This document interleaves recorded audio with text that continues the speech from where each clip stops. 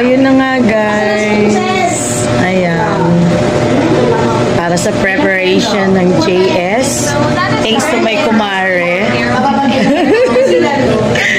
This is before. So, tingnan natin ang itsura ko after. So, dahil wala tayong pang parlor. So, thanks to my kumare. Ayan. At saka sa estudyante ko nagpahiram ng pampunan.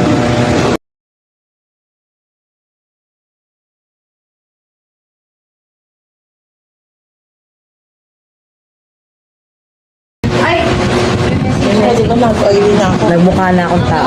Lalakad tayo, friend. Gusto mo bang sumakay ka